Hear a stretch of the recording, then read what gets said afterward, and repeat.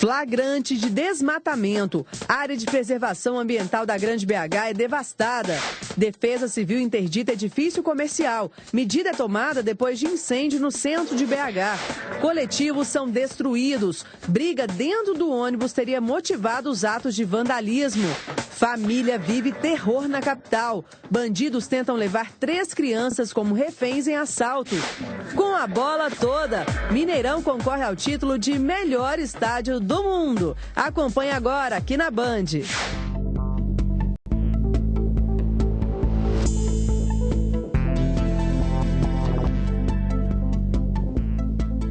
Boa noite.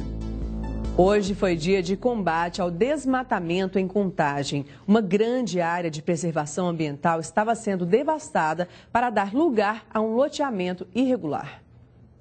A área de Mata Atlântica estava sendo devastada há mais ou menos 5 dias. A ideia do proprietário era vender os lotes para a construção de casas.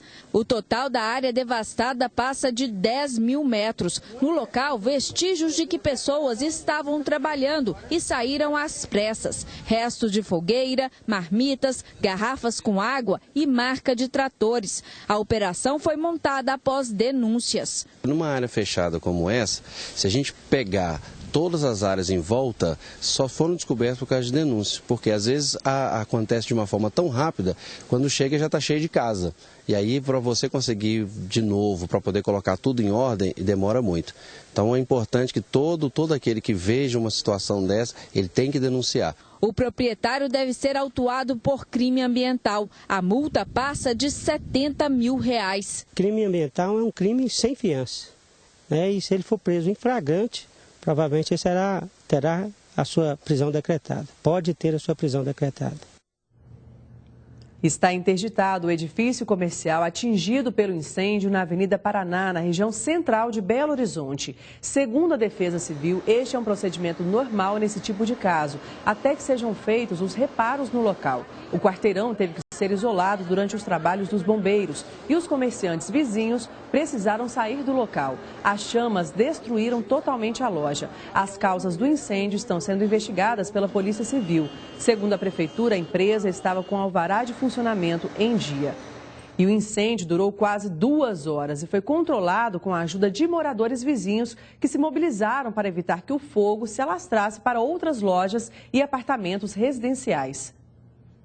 Nessas imagens gravadas pela câmera de um celular, os primeiros instantes do incêndio. À distância, uma densa fumaça escura que se espalhava rapidamente entre os prédios.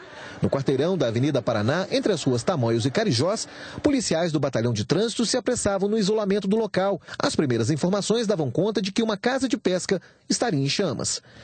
Segundo informações que nós recebemos, o início do incêndio foi devido a um curto-circuito, a princípio, em uma das casas de pesca.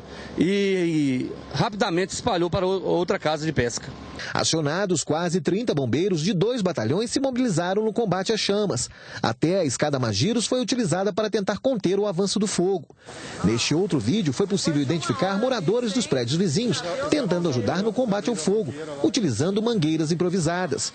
A preocupação inicial era de que o fogo se alastrasse para as lojas ao lado. Este gerente que acompanhava o trabalho de combate ao fogo tratou logo de tomar providências. Com um cartaz, suspendeu as aulas no local. Todos estávamos aqui na escola, estavam na hora do incêndio.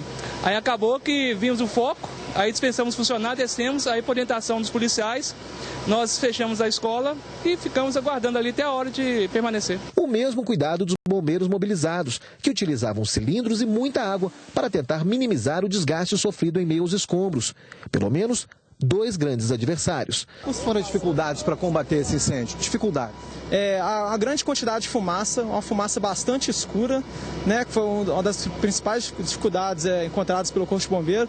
O calor excessivo, a gente está na estação do ano bem quente e o combate às chamas submete os militares do Corpo de Bombeiros a um calor bastante elevado. Desolados, proprietários do imóvel pareciam não acreditar na situação.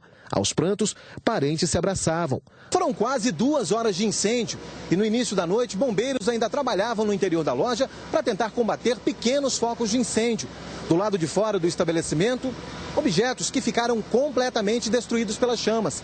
Prejuízo estimado em quase R$1 milhão. Com Com as chamas controladas, o risco de que o fogo se espalhasse para outros locais foi descartado. Um pouco mais tranquilo, um dos proprietários decidiu falar sobre o incêndio. Fez questão de destacar que o estabelecimento estava regularizado quanto aos itens de prevenção e combate ao incêndio e descartou a existência de qualquer objeto explosivo no interior da loja. Essa empresa já não trabalha com esse tipo de material. Ela não tem autorização para trabalhar com esse tipo de material, com pólvoras, armas e munição. E nós trabalhamos só com material de camping e pesca. No incêndio, ninguém se feriu. Apesar da tristeza, um dos sócios informou que a loja tem seguro. Sepultado hoje em Contagem, o corpo de Juarez Ribeiro de Matos, que morreu na calçada, na porta de casa, após ser atingido por um carro.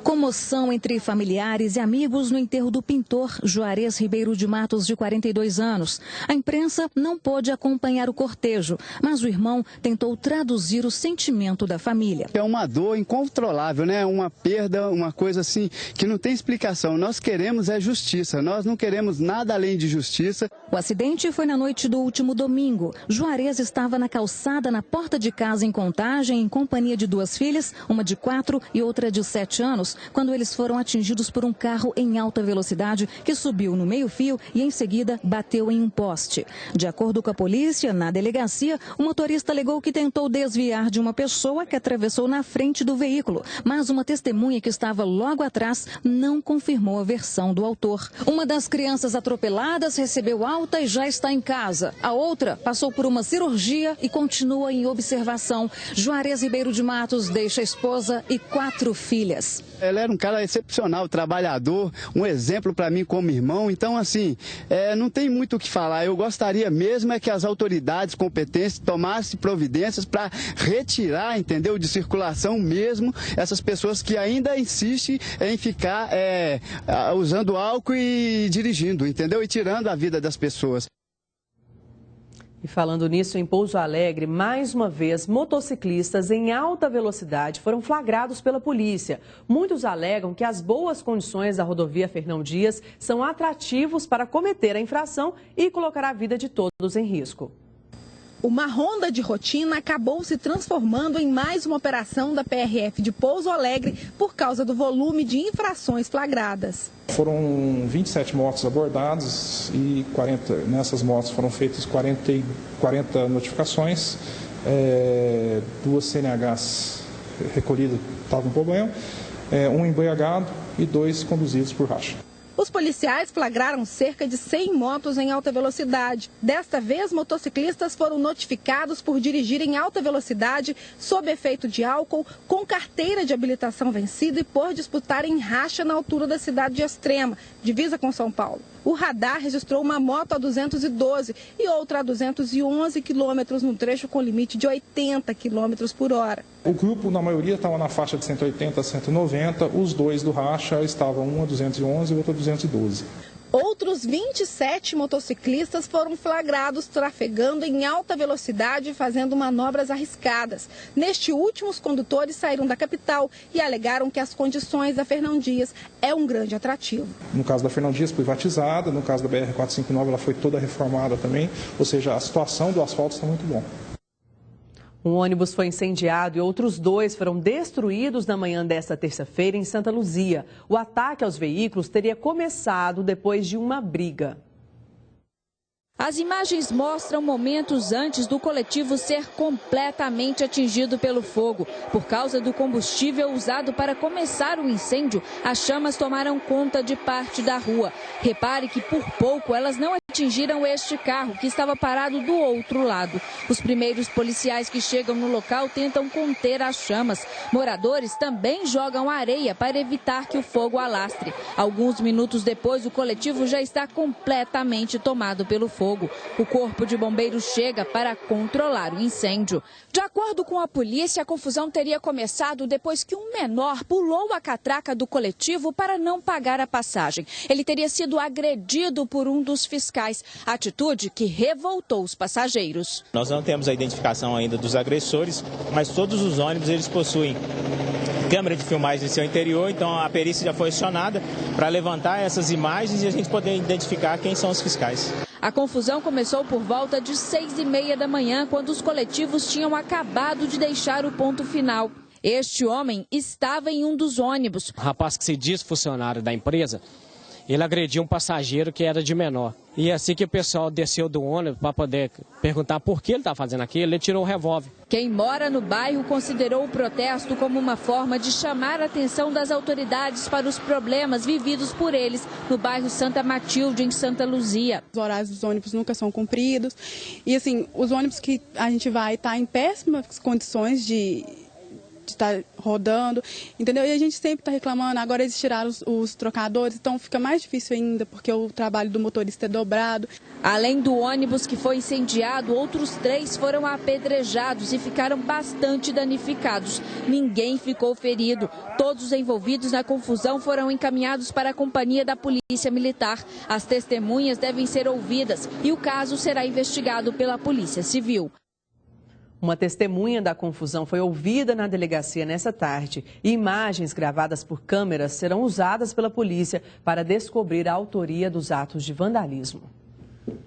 Moradores de várias cidades mineiras ficaram sem energia elétrica nessa tarde. Ao vivo, o repórter Jacques Leal explica o que houve, o que provocou esse apagão, né? Boa noite, Jacques. Olá, Monique, boa noite a você, boa noite ao telespectador que nos acompanha. Pois é, Monique, em nota, a CEMIG trouxe o seguinte esclarecimento. Disse que o sistema elétrico que atende os consumidores do estado foi afetado por um distúrbio de origem no Sistema Interligado Nacional, provocando aí a perda de carga e a consequente interrupção da energia elétrica pelo período máximo de 56 minutos. Com esse apagão, Monique, cerca de 230 mil dos quase 7 milhões e meio de consumidores da empresa foram afetados. Afetaram aí, então, várias cidades foram afetadas por essa situação. Segundo a própria CEMIG, o problema foi detectado por volta de 14 horas e 48 minutos. Técnicos, então, se mobilizaram e 1h10 depois, às 15h58, as casas tiveram as energias restabelecidas. Monique, voltamos com você. Obrigada, Jacques. Está explicado, então. E a seguir, bandidos tentam levar 3 crianças como reféns. E ainda, defeitos de apartamentos sociais preocupam moradores da capital. 7:02, eu volto em instantes. Jornal Band